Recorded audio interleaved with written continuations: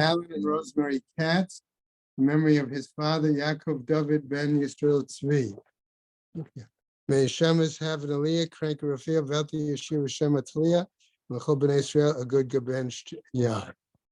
Okay, we also want to recognize that yesterday, Dov Budlander celebrated his chasana, and we wish him. Okay, now, and there'll be another chasana here in the shul today. The groom, however, was not in the 7:30 minyan, so that's why we still did tachanim. Right. Maybe 7:30. What? What's tonight? No, it's during the day today. No, if he had showed up, right. Okay. The second marriage doesn't make a difference, right? Doesn't.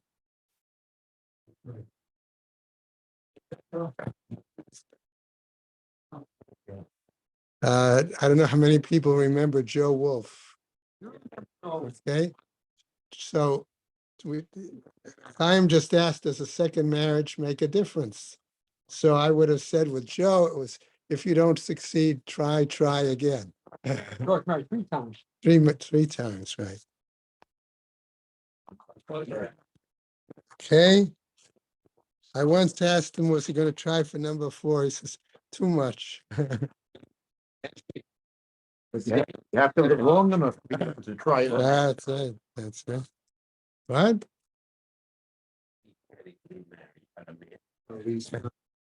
Okay.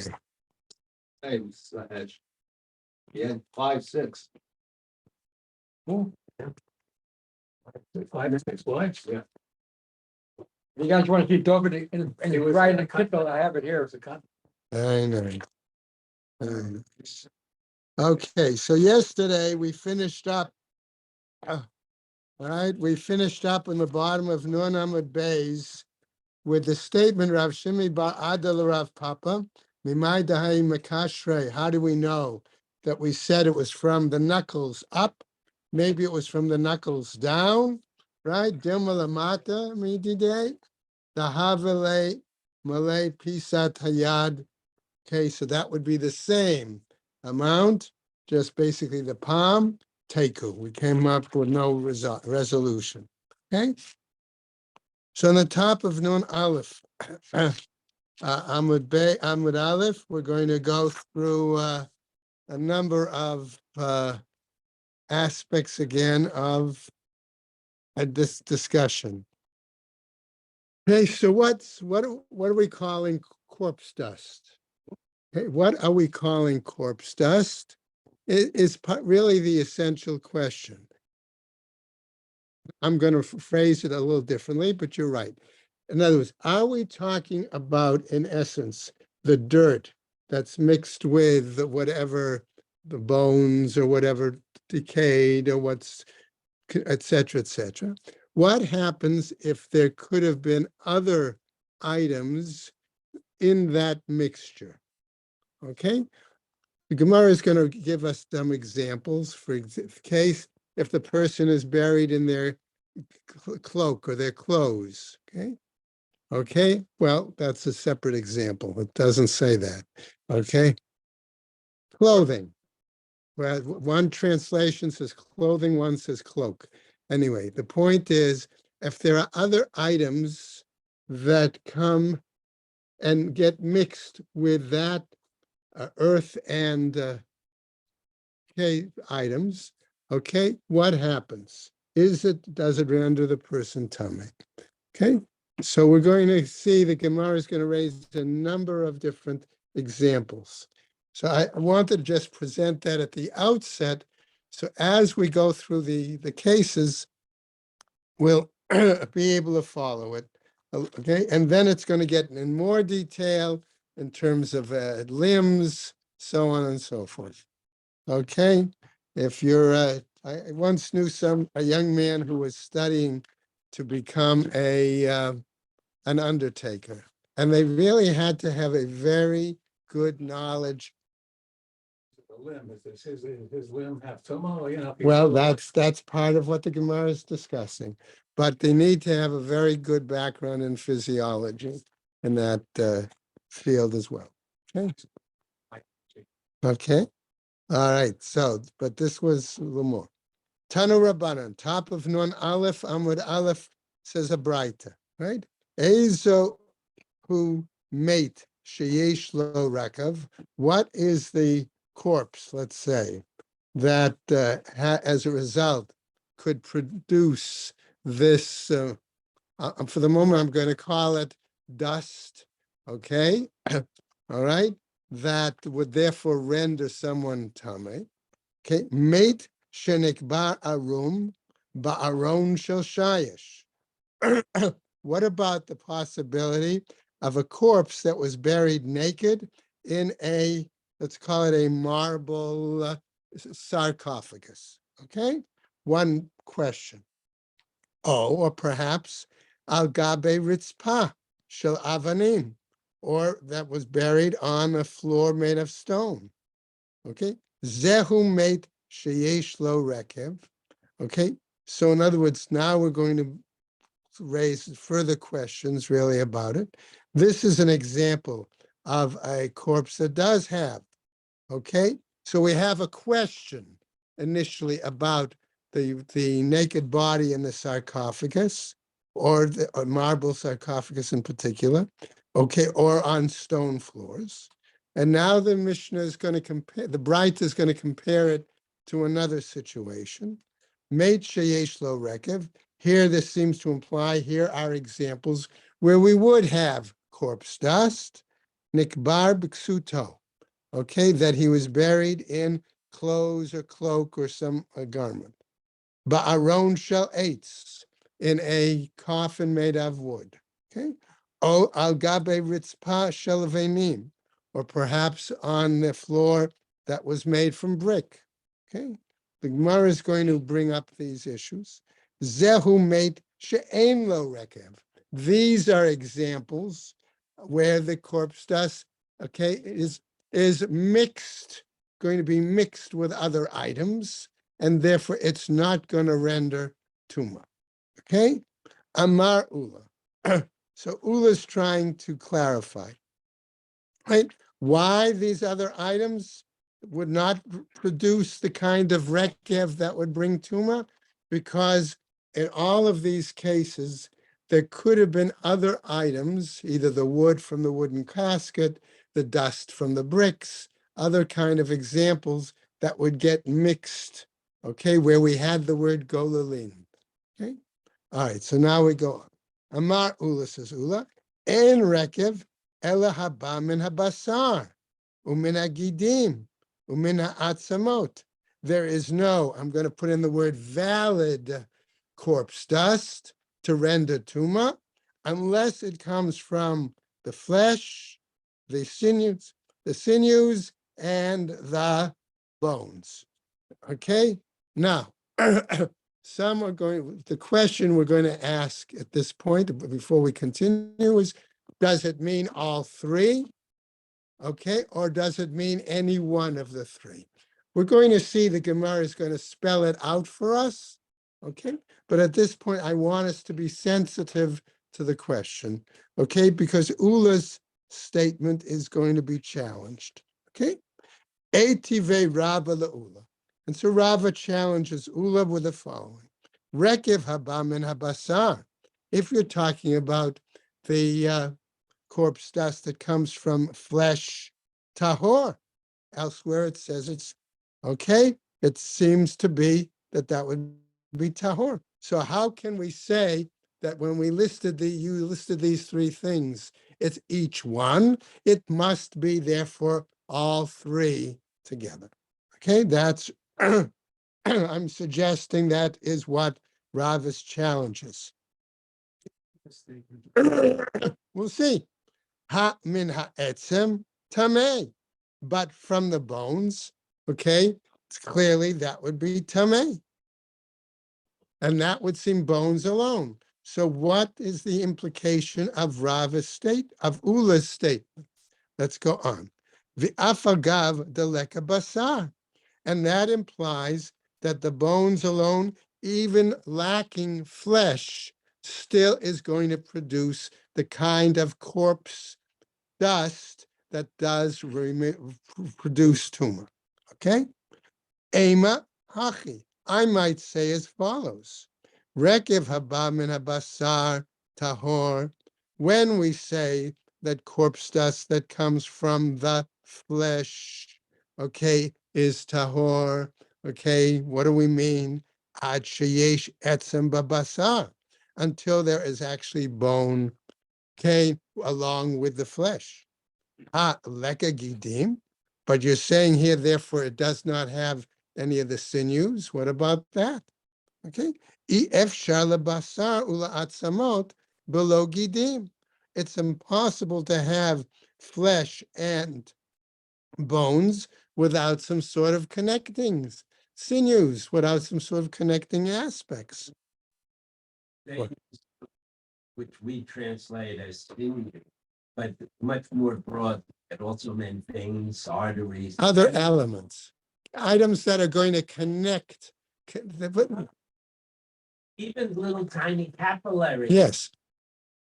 Right, right. That's what I'm saying. It's going to connect, it's going, anything that's connecting the flesh and the bones. It could be sinews as we normally, but it could be other kinds of things as well. Okay? Yeah, that's capillaries, arteries, all of those things would for them fall into that category of gidim. Anything that's going to make a connection. Okay, that's the point. All right, so what happens? They removed. Okay, right, okay. Amar Rav Shmuel. So now Rav Shmuel Bar Abba, Amar Rabbi Yochanan, says in the name of Rabbi Yochanan. What about the following, he says? Shnei metim shekavran ze im ze. Two bodies that happen to be buried. Okay, well, I don't know if I would phrase it in the same grave exactly, but they're buried together. Okay, all right. Ne'asu galgalin. We say that that's going to produce a mixture. Zeh lezeh, one to the other. In other words, aspects of their the body decomposing and aspects of the other body decomposing are going to mix together. Okay? And therefore, what happens? That would seem to imply, since we saw earlier examples that would not render tumah, this would also imply that it shouldn't render tumah because it's a mixture. Okay? Meitiv Rav Nasan, and Rav Natan responds and says, Rekev haba mishnei meitim tameh. No, in this case, he would say that any corpse dust from these two bodies would result in producing tumah. Okay, Amar Rava, and Rava now says, Shekavru zeh b'fnei atzmo v'zeh b'fnei atzmo. Maybe they buried this one separately and this one separately. V'hikivu v'amdu al malo tarvad rakav.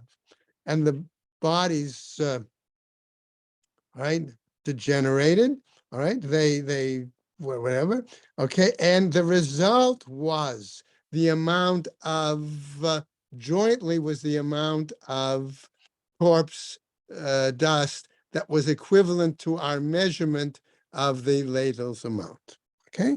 Amar Rabba bar bar Chana, Amar Rabbi Yochanan.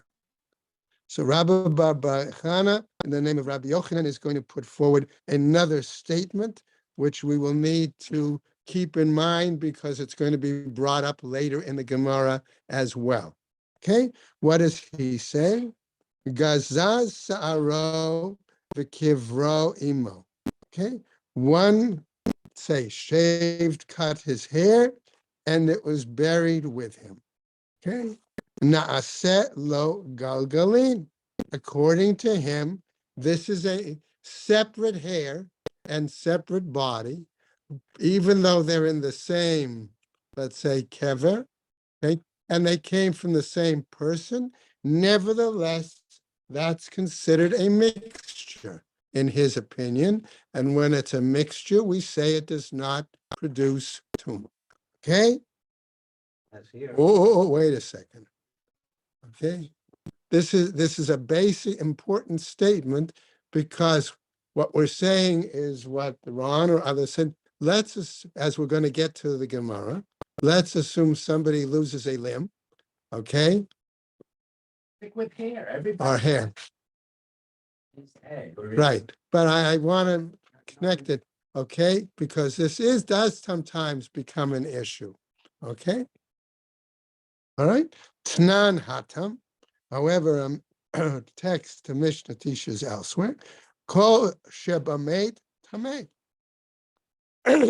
Anything that comes from the corpse is tameh, chutz min hashinayim, with the exception of teeth, v'hasear, hair, v'atziporen, nails, fingernails in particular. Okay, ubisha'at chiburan. But when they are still attached, kulan tme'in, they are all rendered tome. Okay? Now, by Chizkiah. And so Chizkiah now asks, and I'm suggesting that begins to tell us how important Rabbi Bar Bar Chana's statement is, because we're going to have a series of shilas now.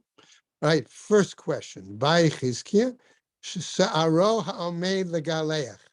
What if the hair is waiting to be cut? Okay. In other words, the intent is to cut the hair. All right. It just hasn't been done yet. Tziporin ha'omed legozes, or the fingernails haven't been cut yet. Right. What's the status then? Mi amrinan, do we say kol ha'omed legozes kegazus dami? Do we say, since it's intent, or okay, to be cut, it's as if it has already been cut? Okay, in that case, and therefore, odilma, or perhaps hashta, in this case, mia ha mechubarin. Do we say here, however, that they're still connected? Okay? So the Gemara says, v'nifshot le mida Rabba bar Bar Chana. Let us try to solve this question from the statement that Rabba bar Bar Chana just shared with us. Tama, the reasoning being, mishum de gazaz, because the hair has already, I'm going to put in, been cut. Ha, lo gazaz. But if it has not been cut, lo, then no. Okay? So what happens? Hachi ka'amar. This is what he means to say. Spelling it out. Gazaz hare ze galgalim. If the hair has been cut, okay, and it's still buried with the rest of the body, then the implication is it is galgalim. It is a mixture and doesn't render tumah. Lo gazaz, if it has not been cut, the hair is still attached. All right? Mibaye, that's what is his question. That's what's bothering him. Further question. By Rabbi Yirmiyah, he asks, Rekev haba min ha'ekev. Let's assume that there is corpse dust that comes off one's heel, right? Mahu, what's the situation there? Okay? Ki gamrinan rekev haba mikule mate. When we have learned about the Masorah connected with the whole issue of corpse dust, all right? We've generally assumed that it's based on the entire corpse. Aval da'ate min ha'ekev, lo, that if it comes simply from the heel, a single, right, small, whatever, okay? No, that wouldn't be the case. O dilma lo shana, or perhaps there's no difference. Okay, right? Tashma. Listen to the following Braita, says the Gemara. Detane, where Rabbi Natan bar Rabbi Yoshaya teaches, Rekiv haba mishnei metim, the corpse dust that comes from two corpses, Tame. He said it was Tame. V'isa gedatach, and if you're going to think, haba min ha'ekev lo, that any dust that were to come from some part of the heel would not render tuma, zil, hacha, go there. Dilma derech akev ka'ata. Okay, it could be that it came, all right, that the body decomposed and a lot of the dust simply came off from that location. Talking about this mixture is the assumption is that between the two bodies, you have one soul. Right. For each contribution to be from the whole body or be significantly greater Could be. from just part of a body. Could be. Why, Okay. why is it so different? What? Healed so different from other? It's just an example. It's just an example of a small part of the body. End of the body. So, it's referring to the dead on the heel of the end of the. What? It says, I didn't see that in art school. Okay. The dead skin on the bottom of the heel? Okay. All right. That's okay. All right. Okay. Dilma derech cave kaate. Excuse me. Vahacha dilma derech cave kaate. And here we might say that whatever dust was, corpse dust, could have come from that skin at the end of the heel. I the arkiv kule mate. Okay, if we're going to say that rekev really only comes as a result of the entire body, right?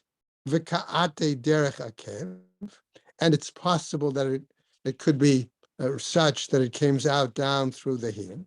Hachanami, here too. Elahacha kegon da akiv chad ever. But perhaps here we might say it's similar to the fact that the dust could have come from a limb that's near the heel. Okay? V'ka'ate derech akav. And therefore, and then came through the heel. Mai, what's the situation then? Teku. We don't have a resolution. Another question. By Rabbi Yirmiyah. Rabbi Yirmiyah was very interested in the subject. Okay? He asked the following.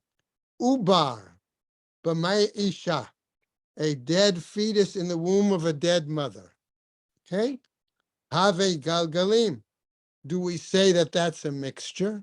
And therefore the corpse dust, okay, of the two of them, okay, and they're going to be buried, right? Because we're going to say, as the Gemara is going to cite for us in a moment, Ubar is part of the mother, okay? Or do we say that they're not Galgalim, that they're not a mixture, okay? So Ubar b'memei isha have Galgalim or lo? Or we say not. After all, Kevan da amar mar, Ubar yerech imo, since the Gemara holds by the view, okay, that the ubar, the fetus, is like a limb of the mother. Just as an aside, that is an important element in discussing halachas regarding abortion as well. Okay. Hilkach gufahu. Do we say that it is as if it's a single body? Okay. Velo have galgalin, and therefore there would not be considered a mixture. Okay. O Dilma, or perhaps Kevan de Sofo, let's say, Mafrish, since ultimately the fetus is going to leave the body, okay, and therefore it will be separate. Parish Mina, okay, it's separate from her, okay. Ve'im Timtzelomar, and if you want to say Ubar de Sofo, let's say Mifrash Parish, and if you want to say that therefore, since ultimately the fetus is going to be a separate entity, okay, what happens? All right, and therefore separate from her as we go over. What about the following example? Shichvat zera b'mamei isha. What about that? After all, we could argue that that comes from an exterior source and therefore something else, okay? And therefore it's a separate item, and therefore were she to die when she was in that situation, pregnant, okay? All right, whatever the time frame is, therefore, are we going to argue that too is Galgalim or not? What happens, Mahu? What's the situation? Okay. Miamrin and Kevan Dolo Itzar. Do we say that since it's not formed, in other words, there's not even an embryo there yet, Ki Gufa Dami, it's like her body, comparable?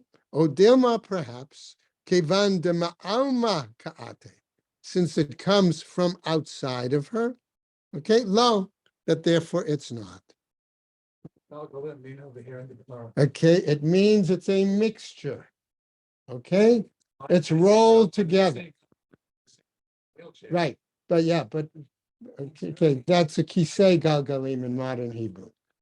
Okay, but it's a mixture. It's come together. Okay, so what happens? Okay, by Rav Papa. Rav Papa is going to ask a further question. If we're what? You like this one? Thanks. Okay, Pirsha Mahu. What about any excrement that's in the person's stomach? Okay. Okay, what happens then? After all, we could argue, just like the Shichvat Zera, it came from a outside source, which the Gemara is going to raise. Right. Right, but it's there now. Right. So let's see. Kevan delo mekaima b'delo achla. Since it's impossible for a person to survive without eating, chayutahu. It's part of her life sustenance. Odilma. Okay, and therefore part of her body. Odilma, or perhaps, nami me'alma ate. Or but here perhaps it comes from outside. All right. So again, that's the question. Another question. By Rav Acha Bereda Rav Ika. Another person asked the question. Oro, one's skin. Mahu. What about that? Okay. By Rav Huna Bar Manoach. Again, a question. Kicho v'nio. The phlegm and the spittle. Mahu. What about that? Amar le Rav Shmuel Bar Acha, the Rav Papa. Ve'isal kada'atach. And if you're going to think, kol hani de ka'amar, all of these things that have been said, okay, all these examples that were part of the questions, have galgalin, that they are mixtures, rekev dematame, hechi mishkachat la. How then are you ever going to find true examples of really rekev that is a mixture that would not render tuma? Okay. Not a mixture, is what it's. Right. Okay. Right. So what happens? Right. So okay. Heichi mishkachet la. So the Gemara goes on. All right. The ashkia medikali. Perhaps we're going to take an example where they gave the person palm water, which is a laxative. Okay, that's going to empty them out from the prisha. All right. Visachya nasa. And then what did they do? They rubbed the body with a depilatory. And that removes the hair and even some of the skin. All right. Vishalku b'mei taveria. And then they, pardon the expression, gave them a bath in the Tiberias hot springs. Okay. So that removes a total skin. Right. So maybe in that case, all right, you'd have no possibility of any kind of mixture. Amar Abai, okay? What Abai says? Naktinan, we have a Masorah, we have a tradition. Mate shetichano. If you basically ground up the entire body into dust. Ein lo rekev. There is no corpse dust. We're going to get to that in a second. Ibayalahu. So therefore they asked, Tichano, what about if they ground up the body into dust? V'chazar v'herkiv. And then afterwards, it further deteriorated. Mahu. What's the situation? Okay. Midi hu tama. Okay. Do we have something here that's of reasoning? Ela de'ika basar v'gidim v'atzamot. Do we have something there? Don't we normally say that it has to be a combination of the meat, the flesh, the connective tissues, sinews, and the bones? In other words, it has to be natural deterioration. Right, and all of the whole body. Vaha'ika, and that's what we have. Odilma kibriato ba'inan. Or do we say it like it was originally? Okay, situation. Veleka, and therefore we would not have that. Okay, with the ground into dust, teku, we have no resolution. Okay, now we're going to go on now with other examples. Since we saw, okay, the situation with various that was raised with the heel, okay, that's how I'm going to connect it with what we saw before. Therefore, we're going to say, what about, okay, individual body parts, separate body parts? Tane Ula Bar Chanina. He taught as follows, the following Braita.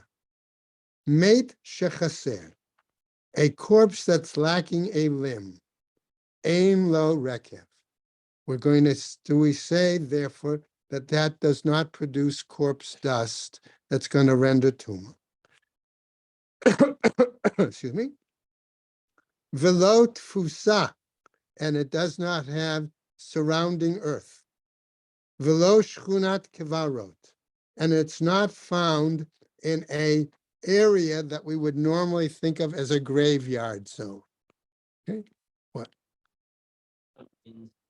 If you are for some reason removing the remnant from that spot to bring it to somewhere else, Yeah, it's surrounding earth.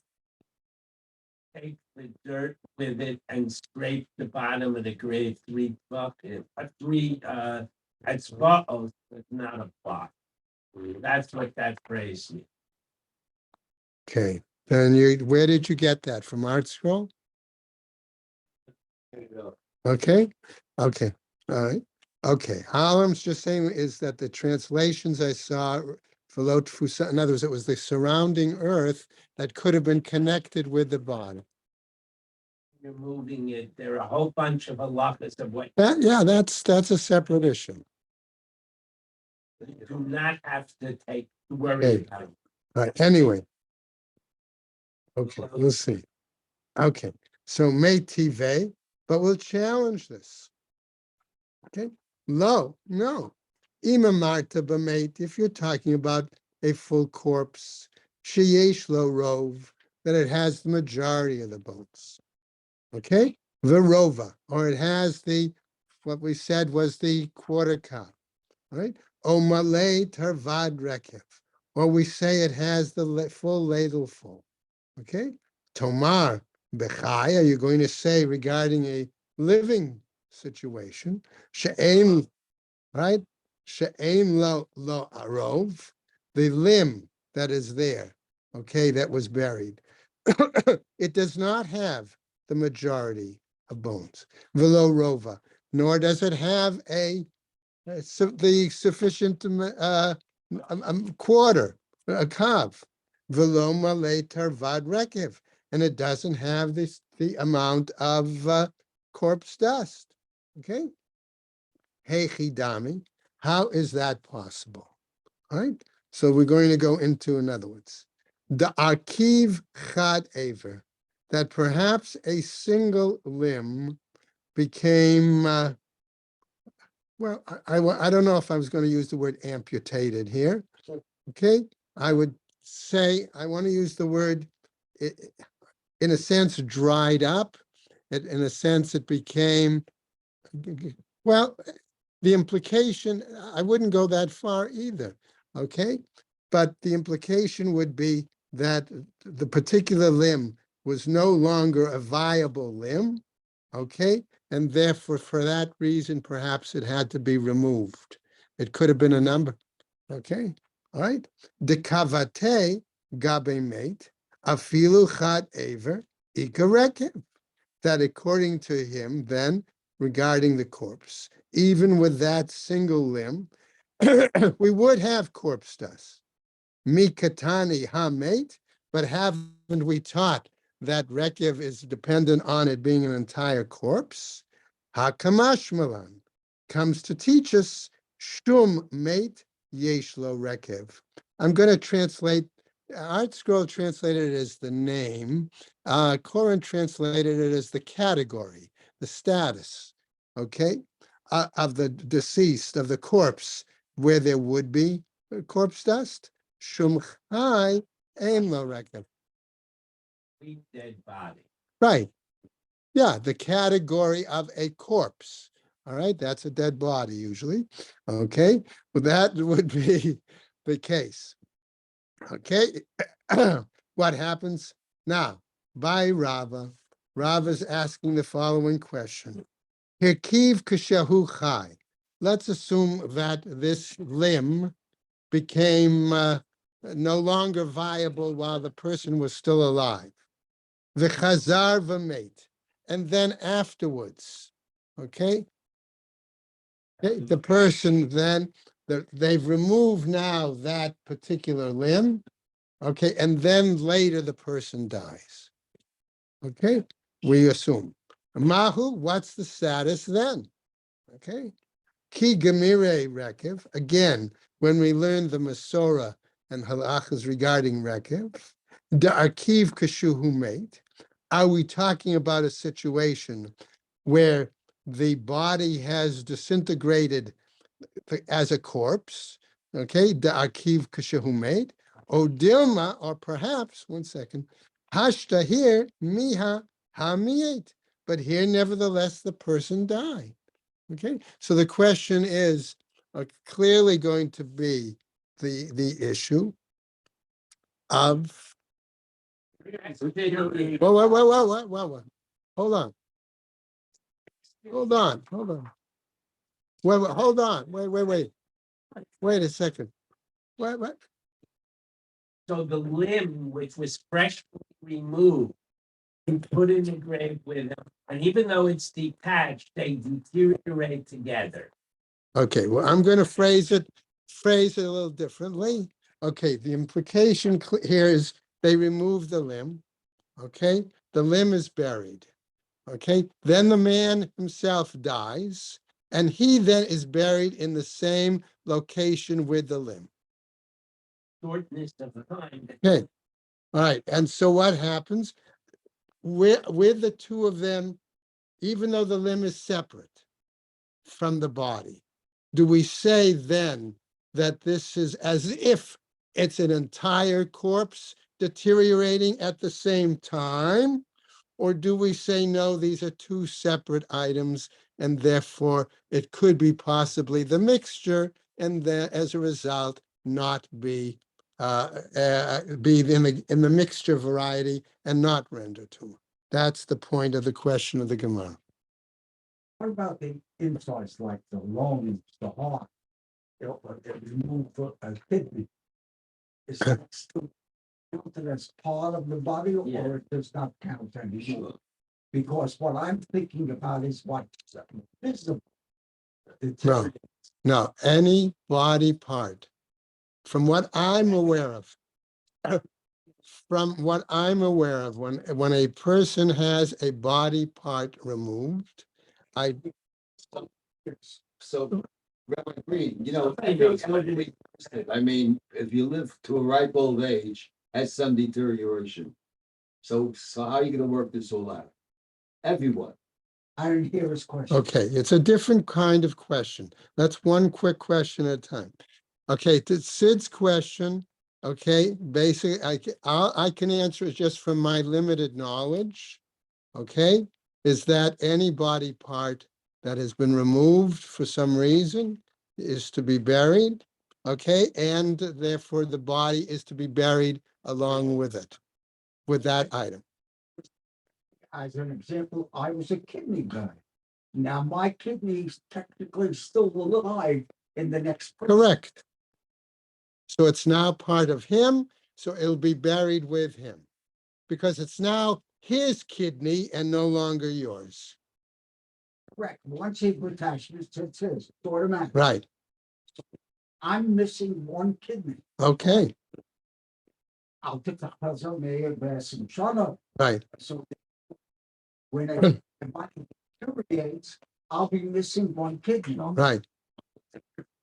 No, But man has that. Since body parts removed are called hazardous medical waste, Jews are not allowed to take their pieces and bury. usually, usually. Take it? Yeah, yeah, It's safe. yes, Okay. yeah. Okay. Okay, let's finish. All right, Mel's question was, as one ages, there is gradual deterioration of the body, okay? It's still a whole body. Okay, there's a difference between the body aging, okay, versus the actual removal of a limb. Okay? All right, let's just finish up. I'm not going to go through the whole rest of the we're just almost to the bottom. All right, Tashma, brighter, lo, says the Gemara. Imamart b'meit sheyesh lo rov. Again, if you're talking about the category of a actual corpse of real body, all right, where we have rove, the majority of bones, or we have rova, the percentage, umalo tarvad rekev, okay, the ladleful, tomar b'chai, etc. Are you going to say that applies also with that limb from the living person? Tamar mishum chai. There, the reasoning is because the person is still alive. Ha-mate, right? But when they die, yesh lo rekev, then there would be the corpse dust. Mikatani ha-mate, but do we really teach? But when the person dies, ha-kamash malan, what it come to tell us, the shum mate yesh lo rekev, shum chai ein lo rekev. Okay, and that's where we're going to stop this morning. All right? So now you know more about Rekev than you ever. All right. There's a lot of arguments. Well, Bob, is this yours or Irwin? Okay. Thank you, Robert Green. Thank you.